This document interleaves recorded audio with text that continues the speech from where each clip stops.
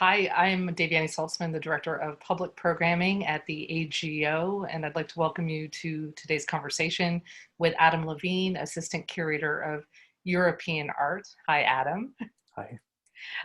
This is a weekly series we're doing on Tuesdays at 4 p.m., inviting all AGO staff, curators, programmers, everybody to choose a work from our collection that speaks to this moment and to reflect on it. So Adam and I are going to have a short conversation about a fantastic piece depicting St. Benedict. So Adam, would you show everyone what you're looking at? Adam, why did you choose this piece, and how does it speak to you in terms of the collective moment we're all living in terms of COVID and self-isolation? What drew you to this choice? Well, I chose this painting, The Vision of St. Benedict by Giovanni del Biondo from the second half of the 1300s, because I've been thinking a lot about uh, maybe the historical precedents for the way that we're living right now in social isolation, what it means for our mobility to be so limited and for us to sort of stay inside except for really, extenuating circumstances. Um, and and as a trained medieval art historian, I immediately thought about monks and nuns who took vows to live within the four walls of a convent, and what those vows and what that lifestyle really meant. And also, like, sort of hopefully, is there anything positive that can be gleaned from, can I and, the people in my life, can we get something positive out of the conditions that we're living in right now? Um, It, Sorry, go it, ahead. no, in that light, I'm just looking at the work, and it looks like, can you give us a little bit of a context of when it was created? It's obviously depicting St. Benedict emerging into the sun, and that's very interesting as we're starting to talk about reopening in different communities around the world. Can you give us a bit of a history of what what what the context of the creation was? It's so relevant for our reopening of Ontario, but also I was thinking about it on Sunday when it was like 18 20 degrees, degrees. 20, yeah, and Exactly. everyone suddenly reemerged from their homes to be outside. And so this painting is actually part of a series of two paintings. I'll show you the other one alongside it. Two paintings by a Florentine 14th century painter, sort of proto-Renaissance painter named Giovanni del Biondo.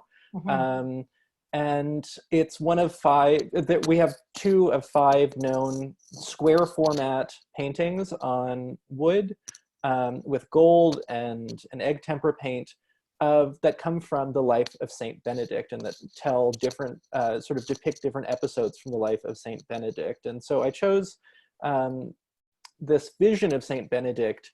um, it's just so eye-catching and it's so beautiful and it's really complicated. And I thought it'd be a fun one for us to spend time with. The What we know from, we sort of, what we know about the life of Saint Benedict comes from Pope Gregory, who was a 6th century pope and an author of sort of uh, longer documents about the history of Christian figures. And he tells us the sort of like long story of Saint Benedict, who lives in religious community for much of his life, and finds sort of religious structure and comfort and sort of purity of living in religious community. And at the end of his life, he has this vision. He wakes up in the dead of night, and he has this, he sort of sees the sky light up with a ray of light. And in this moment, he sees all of the world. This is what Gregory's account tells us. And it's not super clear what is meant by this. He's momentarily capable of sort of seeing the whole world or perceiving the whole world. And it's this moment of clarity, and that's what we have here in the painting. And what we're looking at, can you go a little closer into that, is the whole world in terms of the sun and that image? Is that what exactly? What are we seeing here in terms of the world? This is really fascinating from a nerdy perspective. Nerd out. It's what's called a TO map, where we have the three continents that were known to Europeans in the Middle Ages and in the Renaissance: Asia, Africa, and Europe. They're all labeled in Latin, and so you can make out the black script on the sort of pale sun.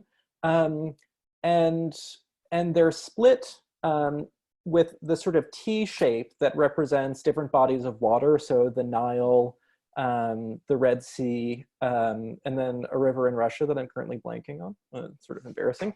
Um, and what's interesting for us is that usually Asia and Africa, Africa and Europe are oriented the other way, Europe on the left and Asia on the right. And so this TO map is actually oriented not from the earthly perspective, but as if Benedict is seeing the world from the heavens. Hmm. So his Looking perspective down. is, yeah, exactly, looking down at the earth. It's really complicated. I've some, a few art historians dealing in really obscure material have looked into these so-called reverse TO maps.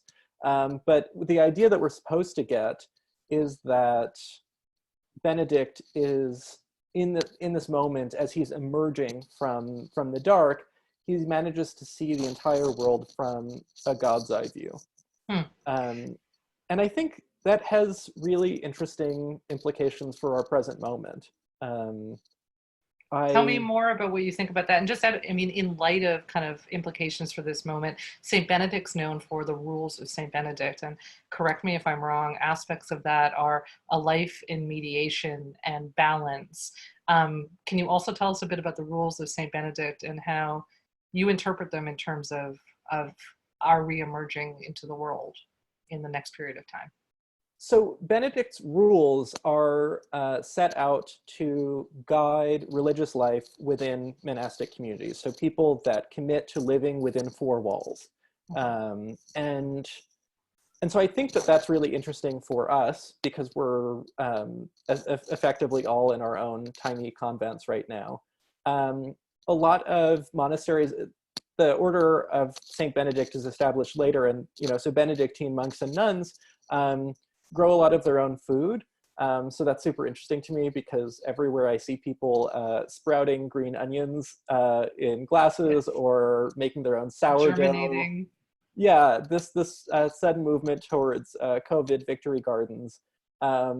And this self-reliance is not only practical for Benedictine monks, but it's also spiritual. And so the idea of sort of tending one's own garden is a really introspective thing. And Benedict was adamant that people should engage in physical labor as part of their commitment to prayer. So most Benedictine monasteries produce either wine or wheat or any number of a whole number of products. And so it's interesting that in our four walls we've become slightly monastic in this way. I think about this zooming out. Well, so one way that I've been sort of participating in monastic life is that I recently attended a Zoom Zen meditation with folks in New York. And after we all sat in meditation together, we were talking, and a lot of people shared that this anxiety that we're all feeling, that when you sort of zoom out and try to picture all of the suffering that's happening globally due to COVID, it's overwhelming. And so it was interesting to me that so many of us have tried to zoom out and see the world from this broader perspective and take it all in, and how overwhelming that is. It's I'm dealing with the kind of devastation that we all are, this feeling of being overwhelmed. Mm-hmm. For Benedict, it's an empowering thing to be able to see the whole world. I'm trying to take inspiration from him. So rather than feeling overwhelmed and out of control, I'm trying to look on with, I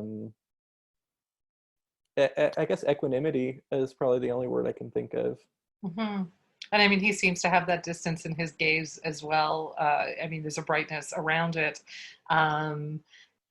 that's interesting that this piece kind of inspires you to look at the world with equanimity.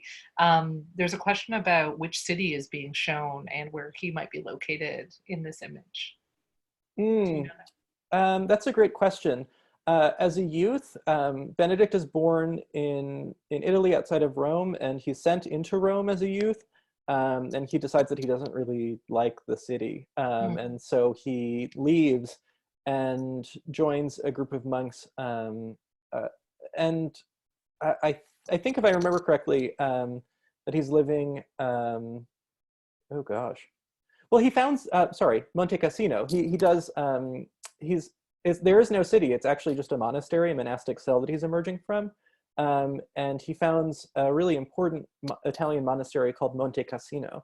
Hmm. So this probably depicts the building of the monastery that he's emerging from. Monte Cassino. And Neil asks, can you talk about the carved areas at the top? Because it actually does look like the rays of the sun and at the top almost are embossed or carved into the work itself. That is a great question. And I'll just zoom in again so we can see these details. So these paintings, paintings from the 14th century in Italy, the Trecento, are often called gold ground paintings because of the overabundance of gold leaf that's used to make the kind of negative space between figures and landscape. And one of the ways that artists really amplified the shiny effects of gold was to add texture to the wooden plane through incising. So we have just like these straight lines of incising that artists will later use to make prints of the straight lines of the rays of the sun, and then hammering with chisels in specific shapes to make the sort of late Gothic swirls and circles and arches that you have running along the border of the picture. So it's interesting because it sort of makes the painting also sculptural, in addition to obviously being about paint and pigment. Interesting. I have two quick questions for you, and I'm sure we're going to get more. But why is the monastery pink? And it also in the sister image you showed earlier from our collection, the buildings are portrayed. Is that a reference to stone? I know it's a small detail. Just curious. That's a great question. When I think about Tuscan architecture at this moment, um, there certainly is a lot of beautiful marbles and hard stones that are mined all around Italy that get used to make elaborate patterns. I'm thinking about Florence, the facade of a lot of churches in Florence have these sort of geometric patterns made from light and dark marbles. I don't know exactly why the building is, his cell is pink. And actually in the scene on the left in the other painting that we haven't talked about, there's a pile of, I think, bricks that fall on a young monk. And you actually see in the back of it that there's a young monk lying under a pile of pink bricks. Hmm. Um, you have stumped me, but I'll think Sorry. about it. No, it's okay. Yeah, I don't know. I wonder if that pink is supposed to represent bricks, perhaps Yeah. in the color of terracotta. You alluded a little bit to how you're dealing with isolation and the Zen meditation you partook with up in New York. I'm curious if there's anything else from these two paintings, especially Benedict Emerging, that kind of are tips about living in monastic life for people who are still in self-isolation. You know, I follow a schedule that I think is pretty similar to life in a monastery. You know, within the Benedictine rules, there's a really rigid schedule in a day. Mhm. And I find that I have coffee at 8:30 and in the morning and at 2 p.m. We usually eat dinner around 6:30. I try to take an hour-long walk every single day. It usually comes at around the same time. Um, I FaceTime with my family in New York twice a day.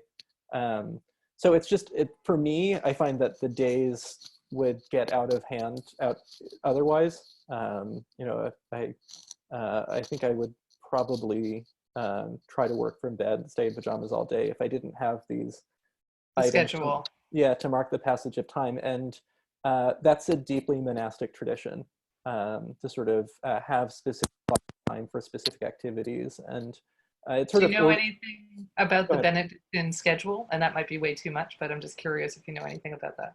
Um, I do know that, yeah, I mean, they sort of, they pray at 8 different sessions throughout the day, including the middle of the night. They'll wake up in the middle of the night to pray.